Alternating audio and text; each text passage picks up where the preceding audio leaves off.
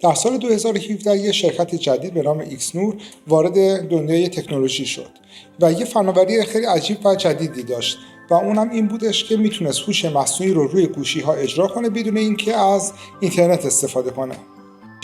یعنی میتونستی یه هوش مصنوعی خیلی قوی داشته باشی که بدون نیاز به سرورهای خیلی قوی روی گوشیت کار کنه.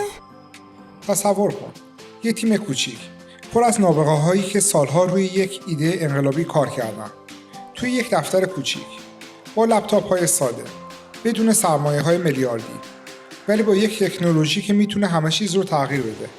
و ناگهان یه پیشنهاد چند میلیون دلاری روی میز گذاشته میشه. میفروشن، نمیفروشن. یه استارتاپ داشت به شدت رشد میکرد و در سال 2019 جزو یکی از جذاب‌ترین استارتاپ‌ها در زمینه AI شد. تا اینکه ناگهان شرکت اپل این استارتاپ رو خرید. چند ماه بعد این استارتاپ کاملا ناپدید شد. واقعا فکر کنید چرا یه استارتاپی که همه بهش امید داشتن یک دفعه نابود شد؟ اینجا 3 تا دلیل اصلی وجود داره که نشون میده چرا شرکت‌های بزرگ میان استارتاپ‌هایی که دارن موفق میشن و پا به دنیای فناوری میذارن رو میخرن و بعد ناپدیدشون میکنن. پول‌های فناوری نمیخوان شرکت‌های تازه وارد که تکنولوژی جدیدی دارن و ممکن موجودیت اونها رو تهدید کنه بذارن مستقل عمل کنن. فقط ایکسنور نبود، گوگل دیپ مایند رو خرید، مایکروسافت نوانس رو گرفت، آمازون زوکس رو تصاحب کرد و همه اینا یه معنی داره. این تکنولوژی‌ها دیگه مال عموم نیستن، فقط برای شرکت خاص میشن. اونها میان استارتاپ‌ها رو میخرن تا از تکنولوژی استفاده بکنن و نذارن رقبا دستشون به این تکنولوژی برسه.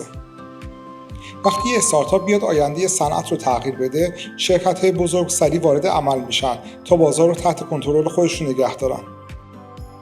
کنترل بازار یعنی چی؟ یعنی یه تکنولوژی که میتونه تو هر گوشی باشه فقط و فقط مال یه برند خاص میشه. حالا فکر کن اگه گوگل نمیخواست اندروید رو عمومی کنه، چی میشد؟ اپل نمیخواست این تکنولوژی دست همه باشه و فقط خودش میخواست از این تکنولوژی استفاده کنه. خیلی از این استارتاپ هایی که ایده های نو و جدید دارن بعد از اینکه ایدهشون مطرح میشه و توسط شرکت های بزرگ خریداری میشن دیگه نمیتونن مستقل عمل کنن. اونا تبدیل میشن به یه تیم کوچیک داخل شرکت بزرگ که آزادی عمل دیگه ندارن. میدونی چرا این ترسناکه؟ چون این استارتاپ ها میتونستن مستقل بمونن و دنیای جدیدی بسازن. فکر کن اگه اوپن ای آی رو هم یکی از این شرکت ها میخرید، آیا الان چت جی پی تی وجود داشت؟ و در نهایت تکنولوژیایی که میتونستن دنیا رو تغییر بدن توی کشوی میز شرکت‌های بزرگ قفل و گم میشن. ولی این فقط مال اپل نیست. آمازون رینگ رو خرید، مایکروسافت گیت هاب رو گرفت، فیسبوک آکیولس رو مال خودش کرد. حالا سوال اینه چرا استارتاپ‌های بزرگ هیچ وقت بزرگ نمیمونن؟ پس دفعه بعد که یه استارتاپ با یه ایده خفن دیدین این سوال رو از خودتون بپرسین. آیا این استارتاپ زنده میمونه یا توسط غول‌های فناوری بلعیده میشه؟ نظر شما چیه؟ آیا این اتفاقی که داره میفته به پیشرفت تکنولوژی کمک میکنه یا جلوی نوآوری‌های جدید رو میگیره؟ حالا شده یه استارتاپ رو ببینید که تکنولوژی خفنی داره ولی یک دفعه محو بشه؟ حالا فکر کن 10 سال دیگه چی به سر هوش مصنوعی مستقل میاد؟ آیا فقط تو دست چند شرکت بزرگ میمونه؟